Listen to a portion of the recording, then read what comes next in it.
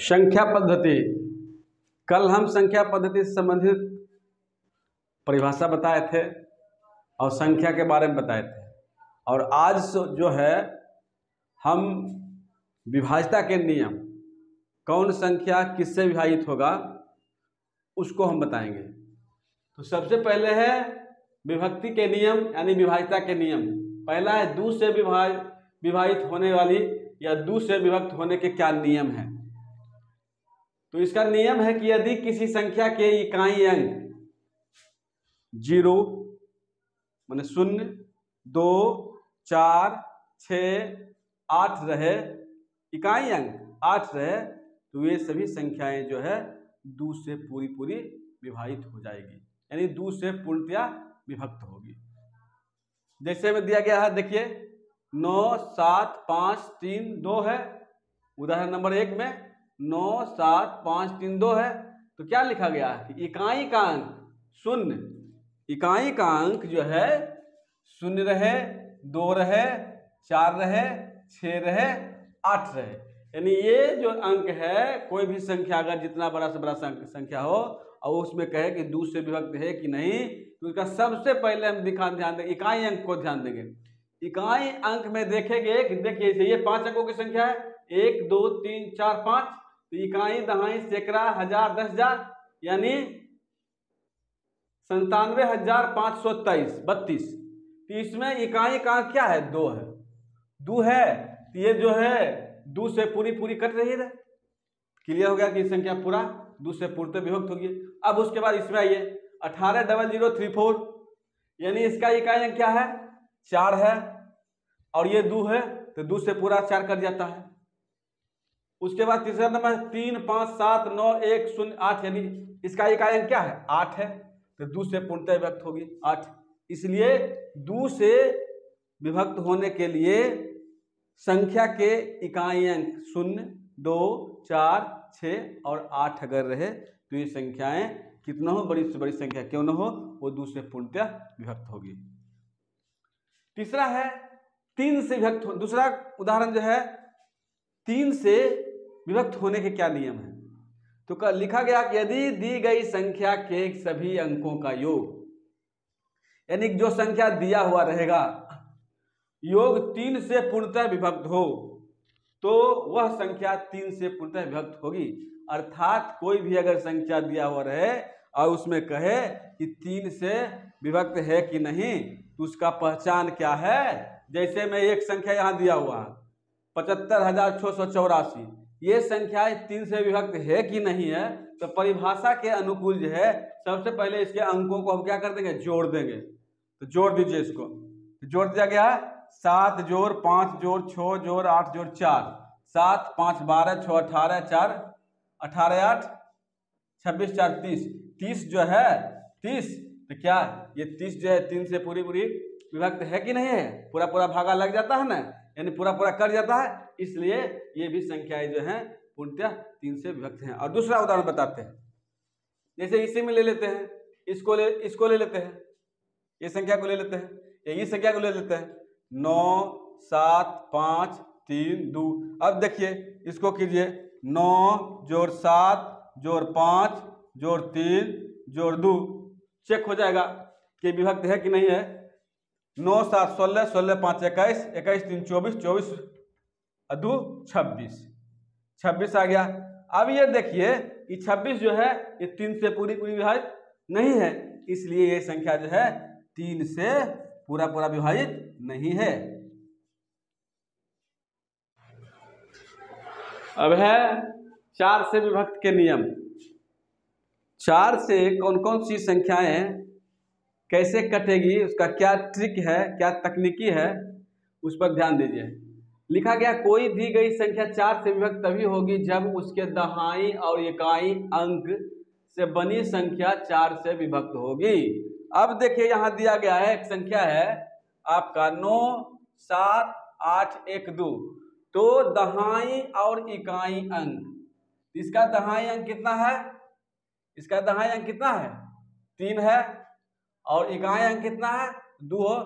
3 और 2 संख्या ये बनेगा, 3 और 2 बनेगा, यानी 3 पर 2 क्या होता है? 32 होता है। यहाँ लिखा गया है इसके दहाई और इकाई अंकों से बनी संख्या 32 है, जो 4 से पूर्णतया विभक्त होगी। जब ये कट जाएगी 4 से पूरा पूरा, तो ये सभी संख्याएं जो है क्या है, 4 से पूरा पूरा कट जाएगा। अब है 5 से विभक्त होने के नियम क्या है भाई। 5 वाला में देखिए कि यदि किसी संख्या दी गई संख्या है, अगर कोई संख्या प्रश्न अगर परीक्षा में दिया, तो उसका सबसे पहले उस संख्या में इकाई अंक पर ध्यान दीजिएगा। इकाई अंक 5 रहे और 0 हो तो वह संख्या 5 से पूर्णतः विभक्त होगी। जैसे अब देखिए एक संख्या उदाहरण दिया है आपका, यहाँ 8 6 7 3 5, तो यहाँ लास्ट में 5 है, ये 5 से पूरा पूरा कट जाता है। अब ये लास्ट में 0 है, तो 0 के पहले क्या है, 3 है, 3 पर 0 30 हो गया, लेकिन 0 लास्ट में है ना, तो 5 से 5 का 30 होता है, कट गया ये भी पूरी संख्या कट गया। इसलिए 5 से वे संख्या कटेंगे जिसका इकाई अंक 5 रहे और 0 रहे, तो ये सभी संख्याएं जो है 5 से पूरी विभक्त होगी। अब है 5वां नंबर है 7 से विभक्त होने के नियम। 7 से बात छोड़ा करता अंधेरा में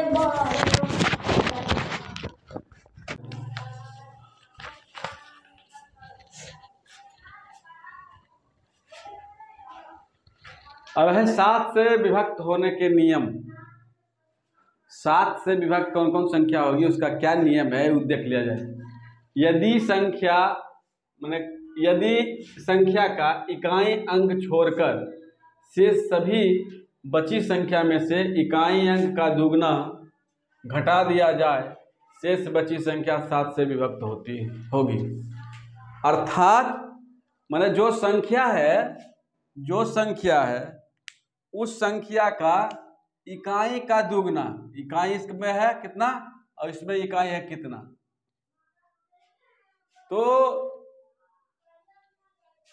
इसका दुगना कर दीजिए, 2 गुना 2, और इसके शेष कितना बचा 88, तो 88 अब माइनस इतना बराबर कितना होगा 84 हो जाएगा।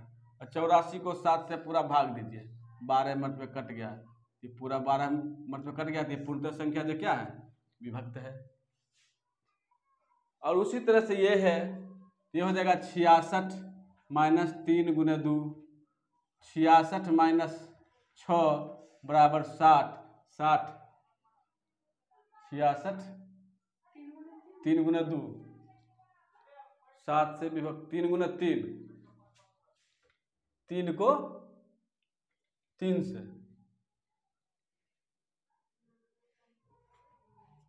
हो जाएगा कितना, ये गलत है, 663 है, तो 663 में 66 माइनस 3 गुने 2 कर दीजिए, तो 60 हो जाएगा। 60/7 जो है ये पूरा विभक्त नहीं है, इसलिए ये कैंसिल है, ये 7 से विभाजित नहीं है।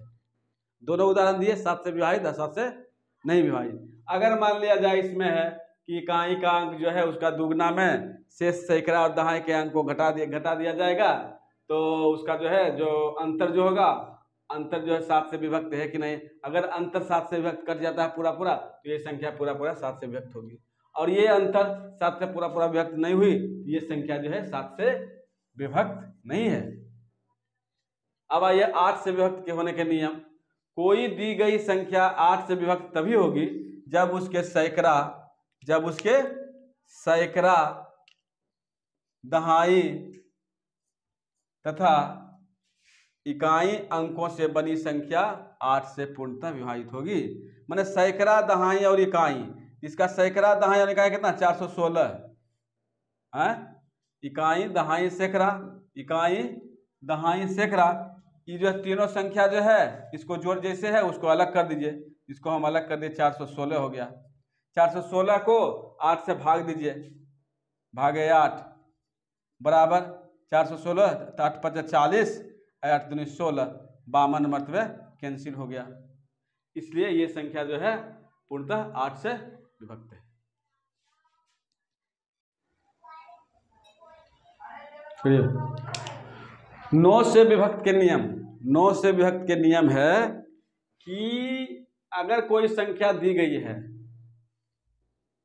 तो वो 9 से विभक्त है कि नहीं, तो उसका जांच क्या है कि यदि किसी संख्या दी गई संख्या के अंकों का योग 9 से पूर्णतः विभक्त हो तो दी गई संख्या 9 से पूर्णतः विभक्त है। हाँ, संख्या अगर दिया हुआ तो उसका अंकों को जोड़ देंगे, अंकों को जोड़ देंगे। जैसे 7 5 6 4 6 2 3, इसको जोड़िए, इतना जोड़े इतना जोड़े इतना जोड़े इतना जोड़े इतना, बराबर कितना हो गया? 7 5 12, 4 16, 16 से 22, 22 5 27, 27 आ गया। अब ये देखिए 27 जो है ये 9 से विभक्त है कि नहीं है, तो बराबर 3 आ गया, 3 आ गया यानी पूर्णतः विभक्त है, पूर्णतः विभक्त है। इसलिए ये संख्या 9 से पूर्णतः विभक्त है। क्लियर? अब है 11 से विभक्त के नियम क्या है। तो कोई संख्या अगर दी गई है तो उसको 11 से विभक्त है कि नहीं है उसको क्लियर कैसे पता करेंगे। जैसे अब है ये संख्या है, ये भी संख्या है, ये दोनों में क्लियर कर देंगे कि कौन संख्या 11 से विभाजित है और 11 से विभाजित नहीं है। यहाँ देखना है, परिभाषा एक लिखे हैं कि दी गई संख्या 11 से तभी विभक्त होगी जब इकाई से बाईं ओर चलने पर सम स्थानों के अंकों का योग तथा विषम स्थानों के अंकों का अंतर 0 हो। माने सम और विषम के अंकों को जोड़ दीजिए। अच्छा, -0 +6 +5 +1, तो 9 4 13 1 14, 14 8 22, 22 ये हो गया कितना? 6 5 11, 11 1 12, 22 - 12 बराबर 10। अब यहाँ देखना है कि 10 जो आ गया, ये 10 जो आ गया, क्या ये 10 जो है 11 से पूरा विभाजित है? नहीं है। ये संख्याएं जो है 11 से पूरा विभाजित नहीं है। इसी तरह से है, एक इसको लीजिएगा, 9 लीजिएगा, नहीं 6 लीजिएगा, 7 लीजिएगा और 6 लीजिएगा, 2 लीजिएगा, तो 2 + 6 + 7 + 6 -9 + 0 + 9 + 3 कितना होगा? 7 6 13, 13 6 7 6 13, 13 8 21, हो जाएगा 9 9 18 21, 21 माइनस इतना, और इसका 0 आ गया मान, तो 0 आ गया। तो यहाँ लिखा गया है कि अगर अंतर का योग 0 अगर आता है तो ये संख्याएं जो है पूरी विभाजित है। ये जो संख्या है 11 से पूरी विभाजित है।